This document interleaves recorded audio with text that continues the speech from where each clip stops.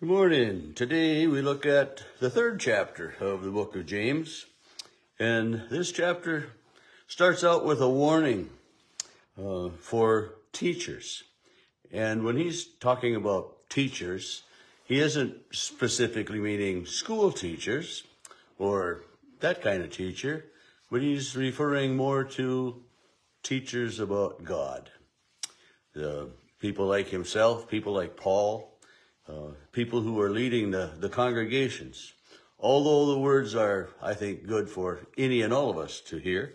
He says, "Not many of you should become teachers, my brothers and sisters, for you know that we who teach will be judged with greater strictness." And so he includes himself in this, we who teach. And it's a reminder that we need to look at ourselves and so what we're teaching, what we're preaching, and I mean, I kind of pointing a lot of fingers at myself on this, but it's each and every one of us. I mean, I think about our Sunday school teachers and confirmation teachers and just our community leaders and I think about our college professors. I think about our seminary professors. I mean, I remember my mom one time, and I think I've shared this before, saying that seminaries have ruined more good pastors than they've created or they've educated in some ways. And in some ways it's true, because they're teaching you to push the boundaries, to push the limits, to explore outside, and within doing that, they may expand a little bit, but they make us read maybe sometimes too much into things. And I don't need to get into that right now. But we who teach will be judged with greater strictness.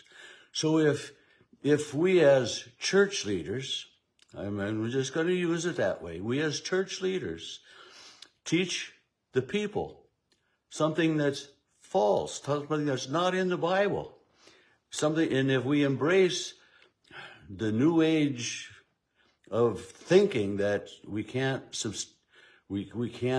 show in the Bible, that the Bible says, well, this is wrong.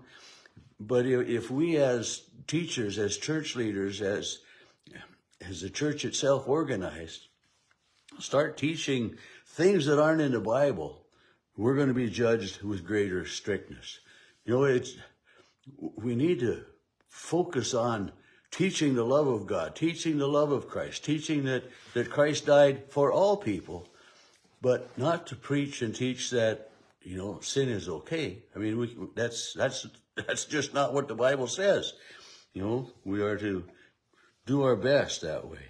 And then, verse 2, for all of us make mistakes. And he hits the nail right on the head there. I mean, we all do make mistakes. If we didn't make a mistake, we'd be God, or we'd be Jesus, but we're not, and we should know that. We make mistakes. And when we make a mistake, we need to own up to that mistake and apologize for that mistake and do the best we can to correct that mistake. I mean, if you hear something and you repeat that, and then you find out that, well, hey, that wasn't right, then we need to go and do the very best we can to correct what it was that we spoke that was wrong, so that somebody else doesn't again speak it, and goes on that way. And then he starts talking about the tongue, that little tongue that's in our bodies that, isn't a very big thing. He says that, he talks about if we put bits in the mouth of horses, or we guide the boat with this little bitty thing called a rudder. And then he says, verse 5, so also the tongue is a small member, yet it boasts of great exploits. I mean, with our tongue we communicate, with our tongue we taste, our tongue gives us many sensations as, food and beverage enter our mouths, and that same tongue helps us, as I said, communicate. And he goes on and he says, in verse 10, from the same mouth come blessings and cursings. I mean, this tongue can do both. It can build somebody up, it can tear somebody down, and we need to be cautious. And he's tying all of this to this Not all should become teachers. Not all should become leaders. Not all should try to influence others in all of that. But, he says the tongue is how great a forest is set ablaze by a small fire. And how many days this summer was there smoke in the air from fires in Canada, from fires out west. And I remember years ago when Mount St. Helens erupted, and man, we were to be careful, and because there was going to be ash and stuff in the air all over. And so these things that seem to be so far distance can have a great effect upon us.